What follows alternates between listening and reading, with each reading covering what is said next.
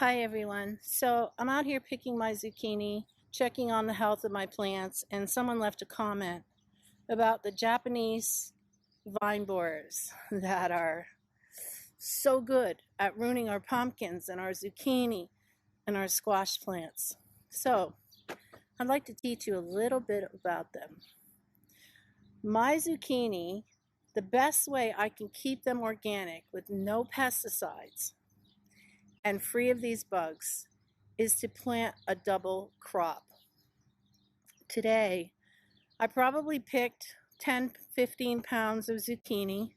I'll give some to my neighbors, but most of it, I'll eat a little. I'm going to dehydrate for my butternut squash soup for the winter, which I am almost out of. And so today, I noticed they're here. So let's deal with them.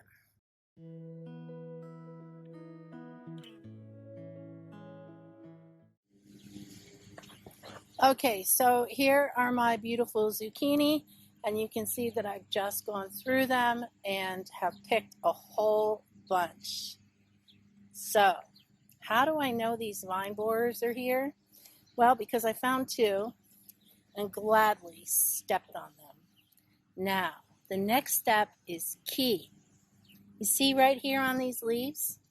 There's their eggs, and if the eggs are on the top,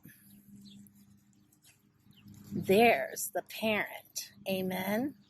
So I'm going to cut these leaves with the eggs on them.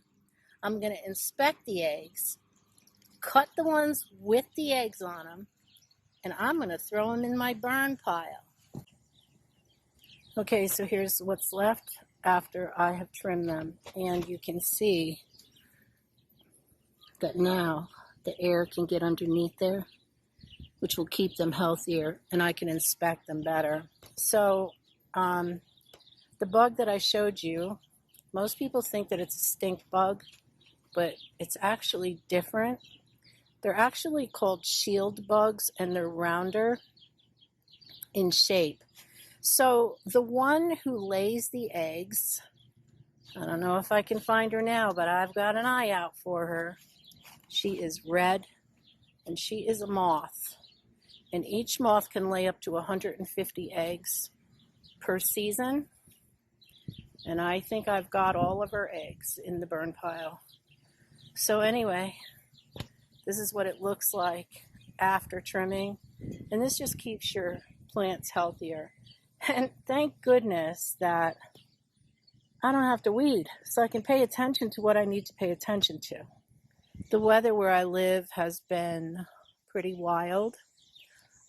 It was up in the hundreds, then it dropped to the 70s, then we got 4 to 6 inches of rain.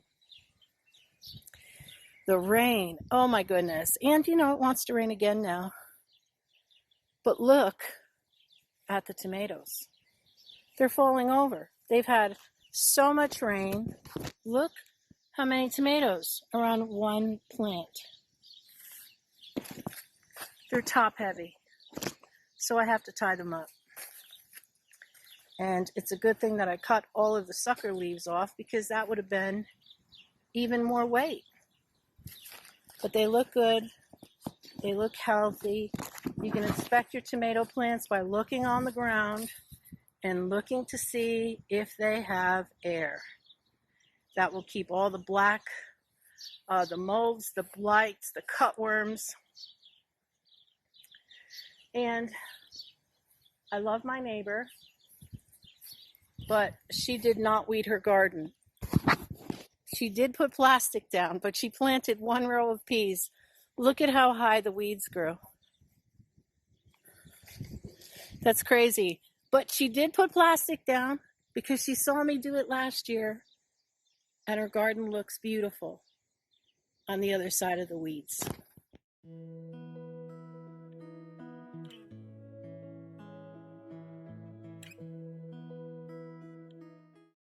Okay, so it's the 4th of July. It's about 90 degrees out, and it's about 5:30 in the afternoon. So I've come out to start trimming my tomato plants. I do not like having stuff touching my legs when I walk through the walkway. So it's important to trim the tomatoes.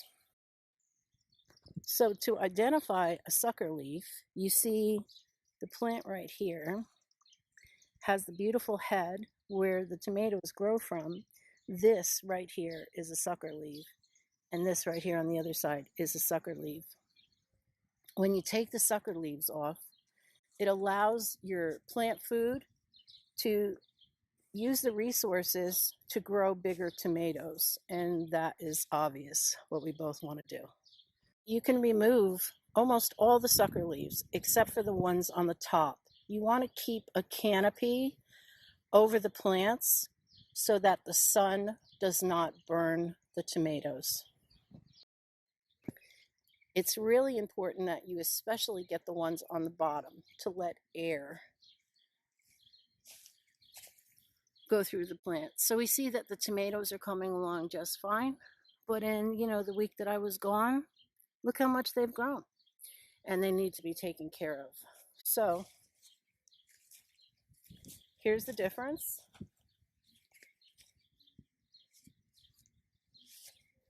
See the difference in the ones that are done compared to the ones that are not. Okay, so I'm done. And you can see the difference. See how much room I have in between the walkways? And there's a beautiful canopy on top of the tomatoes. And you can also enjoy watching how many tomatoes are actually growing. And all of the yellow flowers are future tomatoes. So that's why it's really beneficial to take care of those sucker leaves, because now air can get through those plants and you don't have to worry about black rot, fungus, and all that kind of stuff. So stay tuned. Thanks for watching. I hope this is helping you. If you have any questions, comments, please leave them below. And we're going to have a nice harvest of tomatoes and boysenberries, and we don't have to weed them. Thanks for watching.